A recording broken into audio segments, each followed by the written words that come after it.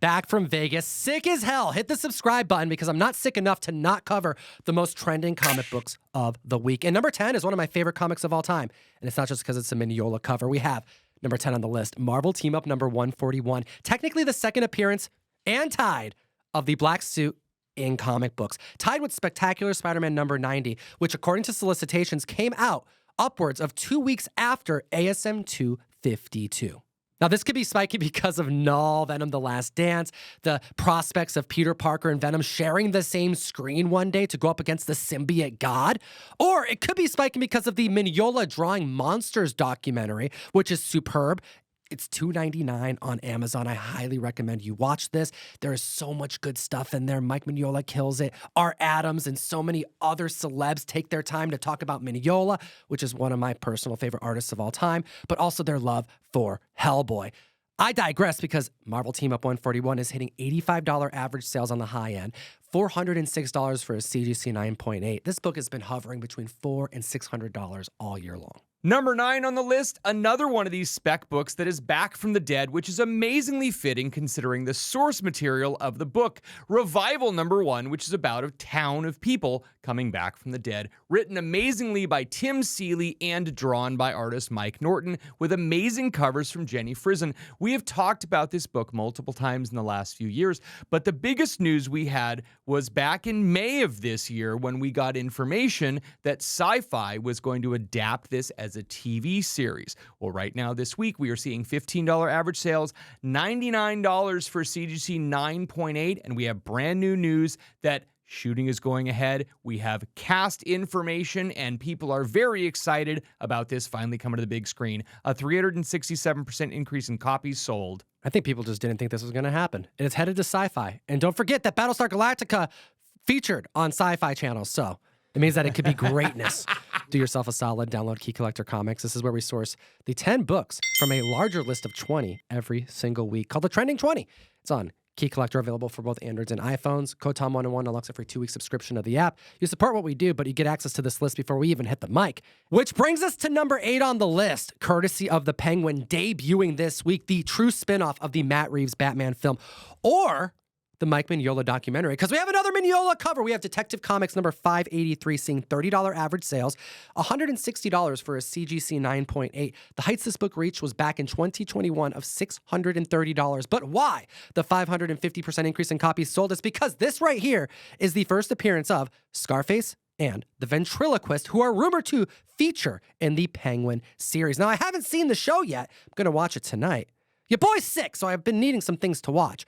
I don't think they appear in the first episode, though. So there may be some time on this, or maybe you've watched it, you've seen them, and you've bought more. We're going to talk about this book again next week. I love this Mignola cover, and really, it's a little bit interesting to me that we already have 2 Mignola books on the Trending 10, and it probably has a lot to do with this documentary that you happen to be in, Tom. That's right. If you didn't know, in this documentary, I actually had the directors hit me up because they had trouble finding the true first appearance, the prototype of Hellboy in the Great Salt Lake City Comic-Con pamphlet, which you know your boy hunted for 10 years and acquired. Under 15, known to exist, very likely. They flew out here, and yes, my hands are featured in the documentary, opening it to the one page featuring that first rendition of Hellboy. Peep the documentary. Your boy's in it. I don't know how long I'm going to be doing this video for, Russ. I mean, maybe I just need to get a career as a hand model. I digress. Will you hit him with number 7 on the list? Number 7 on the list, a new solicitation is pushing this book from 2023 onto the list. The Incredible Hulk number 6, Philip Kennedy Johnson's run. Well, we have the first appearance of Ghost Rider 1944, Sal Romero, selling for $8.71 for CGC 9.8. But it is a 600% increase in copies sold this week on the announcement that Hell Hunters, a 5-issue miniseries featuring Sal Romero and some other great characters from the 40s, is going to be coming out in the next couple months. The announcement says, some of Marvel's most badass heroes fought on the front lines of World War II, and Hell Hunters will see Ghost Rider 44's battle along the sides of Wolverine, Nick Fury, Peggy Carter, Bucky Barnes, and, from the pages of Jason Aaron's Avengers, Soldier Supreme. Which brings us to number 6 on the list. Ooh, I love Aubrey Plaza. Daredevil, $270. This is hitting $30 average sales, $155 for a CGC 9.8. And this is the first appearance of the son of Mephisto. Whoa, we got Mephisto spec happening? This is the first appearance of Blackheart, who people are speculating may be Aubrey Plaza's witch character, who has yet to have been revealed yet, but clearly has a lengthy history with Catherine Hahn's Agatha. If you've seen the first 2 episodes of Agatha all along, no spoilers here, but the show is excellent. I watched both episodes last night, and I gotta say, I got some WandaVision vibes, as I think I was supposed to. And this was way better than most of the shows that I've seen on Disney Plus as of late. I'm going to be watching every single week. I want to know your thoughts if you've seen this in the comment section below. But an increase of copies sold of 240% because people are specking on who Aubrey Plaza is going to be. I will let you know that there are a couple Easter eggs that are featured in this episode. So these are kind of light spoilers, but there is something that Agatha says to Rio, which is the character Aubrey Plaza plays. Agatha says, "You don't have a heart." And Rio says, "Yes, I do.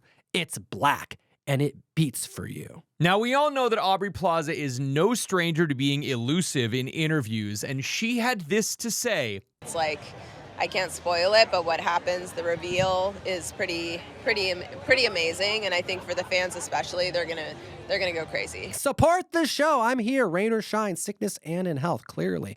Go to ComicTom101.com, and I have a NYX #1 Peach Momoko Trinity Comics exclusive going out 1 per box in our October mystery mail call. Join the community. You support the show directly for $34.99, and that's not the only exclusive I'm putting in there. You get back issues, you get an exclusive print, and you support this video that you're watching right now for free. And number 5 on the list is FF186, the first appearance of the Salem 7. This right here is the group of witches that clearly have a connection to Agatha in the show that they're changing up a little bit, you know, from the comic books. But in the comics, they are the descendants of Nicholas Scratch, who is the son of Agatha. Are you following me here? $8 average sales, $450 for a CGC 9.8, an increase of 380% in copies sold after the debut of Agatha All Along. And you see the Salem 7, and I like the way that they're depicted in the show. Much better than the comics. In the comics, it's kind of silly. It's very fantastical.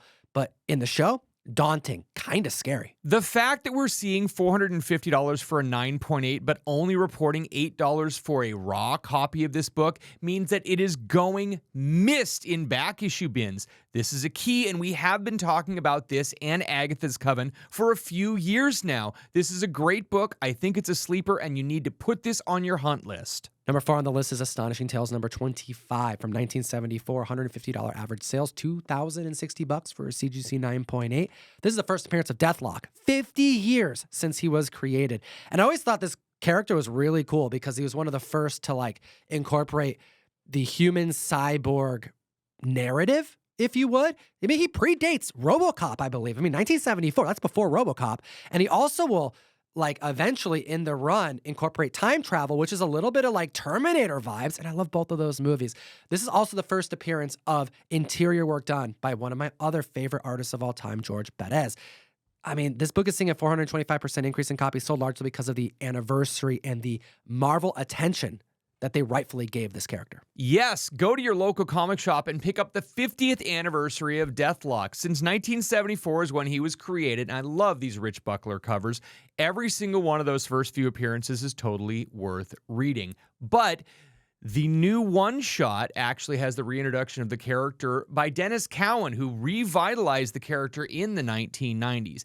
All of you guys who are absolute fans of this character need to pick it up. And if you don't know a lot about Deathlock, I suggest grabbing this one. My personal favorite, the Frank Miller cover from this week. I will say that Deathlock Frank Miller is a lot better than what he's been doing as of late. Did you see this saber tooth that's being solicited? Oh, man. What did you call it? You said nightmare fuel? Oh, Is that what you absolutely. called it? Nightmare fuel. This saber tooth, there's something wrong with it. And some of these Miller covers just hit it, and some of these Millers don't. Number 3 on the list is the New Avengers number 33. This is a book from 2015.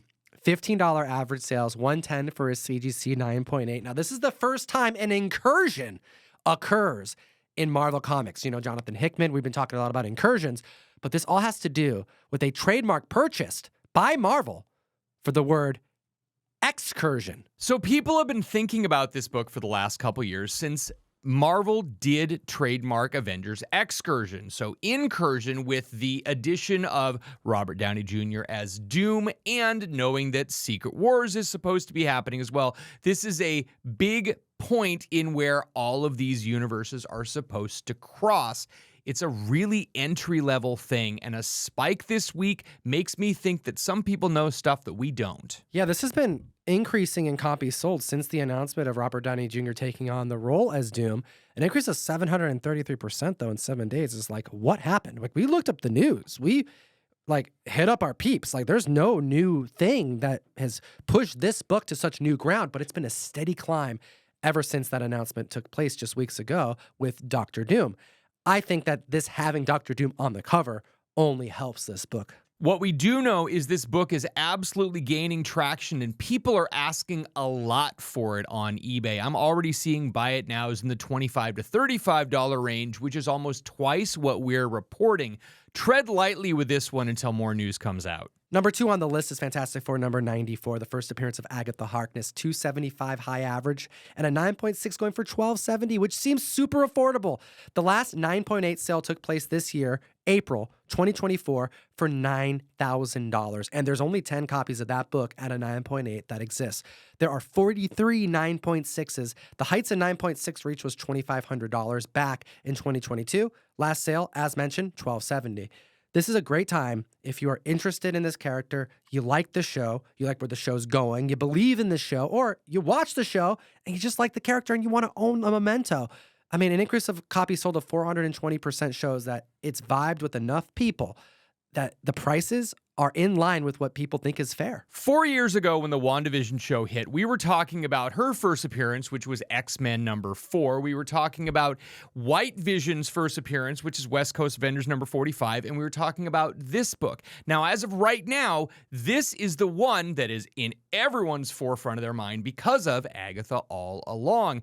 This book is drastically down, and we do know there's more Vision Quest stuff happening and more things happening with Wanda as well. Sometimes it's great that this book hits the list and reminds people that it is a good spec book of a character that is going to be around for a while. Hit the like and subscribe. What'd you think of Agatha? Let me know in the comment section below. And let's hit him with number 1 on the list, because out of nowhere, because of a solicitation for a new team that is coming, we got a book that is spiking. Spiderwoman number 7. This book came out this year and it's hitting $12 average sales.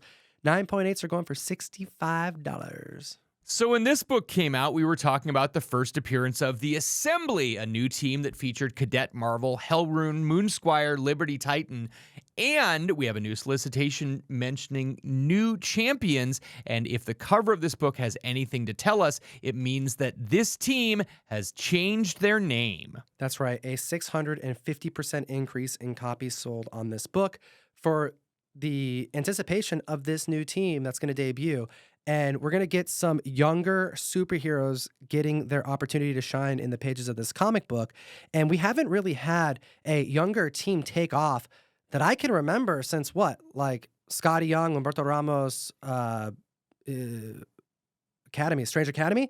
You know, like what else really has taken off since then? The interesting thing that I'm noticing is that even though Marvel is trying to put in younger characters, it's not necessarily bringing in younger readers. We absolutely have the same guys that have been reading comics for the last 30, 40 years that are adding this to their pull list, but we're not finding a way to get the younger readers interested. And that is really the best way to figure out how to pass this on to the next generation. Well, this is just another attempt of that, you know? Kudos to Marvel for trying to pave the way to open the doors of comics to more readers. Let us know what you think about this in the comment section below. What do you think about all the stuff we talked about?